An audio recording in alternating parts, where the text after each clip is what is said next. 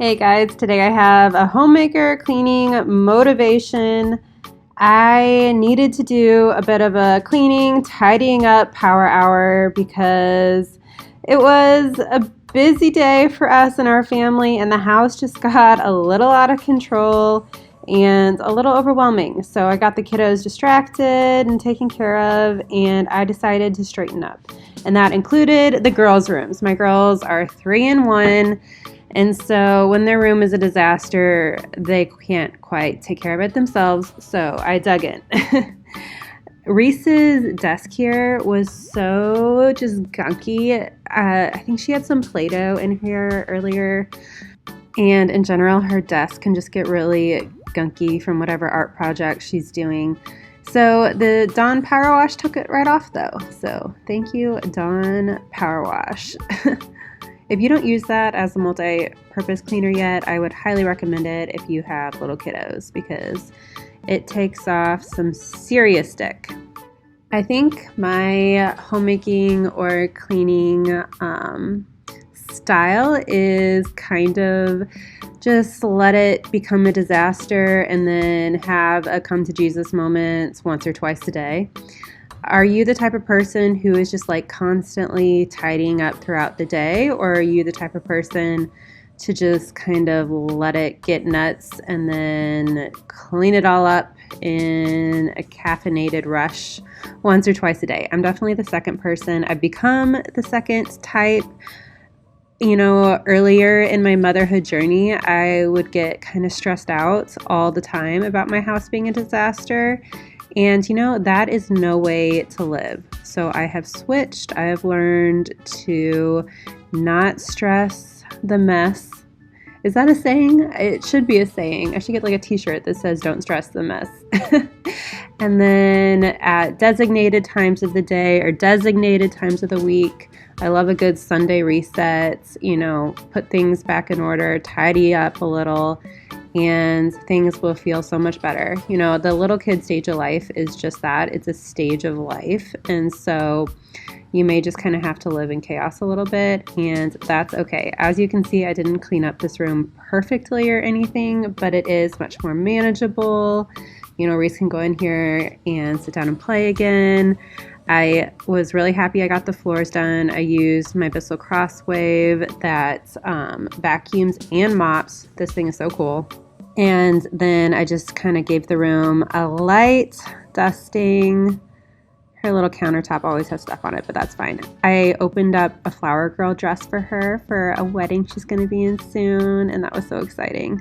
Then I moved on to Everly's room, and same thing, gave it a quick pickup. Her room gets a little less crazy because she spends a little less time in here playing with toys. It's funny, she brought a mop in though, so it kind of looks like she was trying to clean it herself. Thanks, girl. And gave it just like a quick dust, and then brought my Bissell Crosswave in here. I love this wet vacuum because it can also refresh rugs, which I think is so nice to get done. I can't believe Everly will officially be 1.5 soon. This nursery is just so special. It's the nursery Reese used when she was a baby, and then it became Everly's nursery, and I can't believe in about a year, a little longer, we'll need to transform it into a big girl room, which is so crazy. This has been a really sweet, special nursery. But that being said, it has also gotten very dirty through the years. This rug definitely needed a quick refresh, and so I was glad that this wet mop could do that. A little tip when you're vacuuming or shampooing carpets, it helps to go multiple directions because then you can get the different strands from different areas. You can just get a little more gunk that way. My biggest tip if you're lacking cleaning motivation is this. This is what I do anyway. Have a cup of coffee beforehand, have some pre-workout or just some caffeine if you do caffeine. If you can't do caffeine, I get it. But try to hype yourself up, get a little energy, and then listen to some music or listen to an audiobook or something. I feel like it really helps me to either be listening to some upbeat music or be distracted listening to a podcast or audiobook. I think it just makes it that much more motivating, makes it kind of fun. And I feel like cleaning can totally count as a workout, especially like that vacuuming, running around, dusting and everything. You are on your feet, and I'm definitely sweating usually by the end of an hour-long cleanings fest. So it can count as a workout. I would say maybe don't work out before you clean. You can still go to the gym or something later that day, but if you know you have a lot of cleaning to do, maybe do your cleaning session before your workout, because it takes a lot of energy, for sure.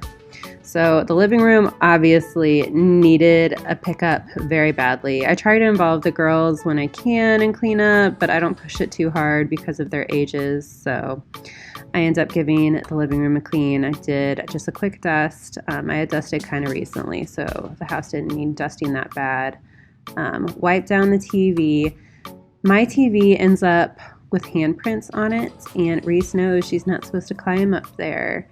And it's kind of funny, kind of concerning when there's a handprint on the TV, because clearly she has been. And this leaning mirror, we do have bolted. It's in the living room. Both kiddos love to go over there and just kind of play with it. Everly even loves to give herself little kisses in the mirror, so we have baby slobber on it all the time. But I really like having a living room mirror. I think it's good for the kiddos developmentally. I know Montessori encourages mirrors for babies and toddlers, and I think it provides maybe extra light because of the reflection. I really liked this mirror. All right, now I'm going in here and doing another vacuum, mop, rug refresh. As you can see over to the right, I flipped the couch over a little bit. I was going to get under the couch, which definitely needed it. So give this room kind of a deeper clean. I had pulled some sheets out of the dryer. That's what's on the rocker over there. And you guys, I hate folding sheets, so I kind of just don't. I watched a couple videos on how to fold a fitted sheet, and I tried it, and I was like, no.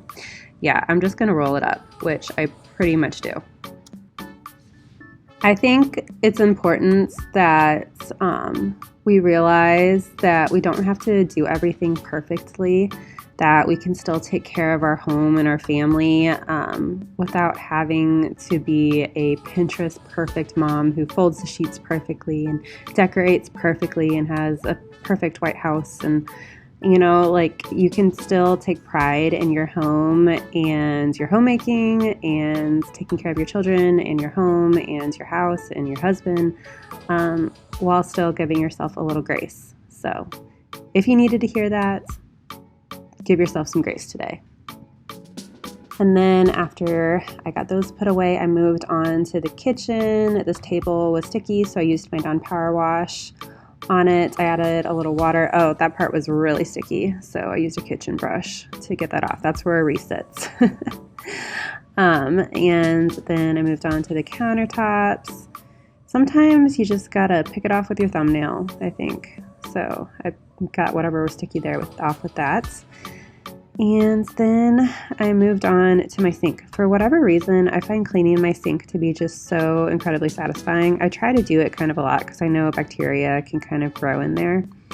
But giving the sink a good scrub and wash down is just so satisfying for some reason. The kitchen is one area I do clean every single day. I try to always give it a clean after dinner, wipe it down, not have food splattered everywhere, not have dishes in the sink. I can leave a mess in the bedrooms and in the living room, but I like a clean kitchen always at the end of the day. This was in the middle of the day, so it was nice to give it a little refresh for the end of the day. Who doesn't like having a clean kitchen to look at? But the kitchen is one area I do try to keep clean. It just, waking up to a gross kitchen is just a bummer. So I can look past the other areas of the house, but not quite the kitchen. I found the Dawn Power Wash actually works really nicely on the stainless steel as well. Every once in a while there's an area that, you know, you kind of got to scratch off because something sticky was on it. But it does a nice job there too. This toddler tower I love, both my girls love, but it's white, so obviously it gets so dirty. So it needs a cleaning all of the time. I had seen toddler towers when Reese was one, and I wasn't sure if we should get one or not because we kind of have a small kitchen, and I am so glad we did. The kids just love it. They love to be up there when we're cooking or doing anything in the kitchen. They'll take snacks, standing in it. Now that Everly's bigger, she loves in it. They'll both get in it together. I think it was definitely worth it. Then I just gave the kitchen a quick vacuum mop, which it of course dearly needed. It felt so good to get that done. And after I got the floors, my power hour of cleaning was almost done. So I just moved on and wiped down the kitchen window and called it a day. My house wasn't perfect at the end of this, but it was much more livable, much more relaxing, good for the mental health, and it felt good. I could have spent hours and hours cleaning every nook, but instead I stopped and spent time with my family, and we messed it all up again. But that's okay, that's life. And it's important to find joy in the small things, and joy in our families, and take pride in what we're doing as a homemaker. All right, I hope this video was helpful to you, was motivational to you. I would so appreciate it if you gave it a thumbs up and maybe left me a comment. I will see you in my next one.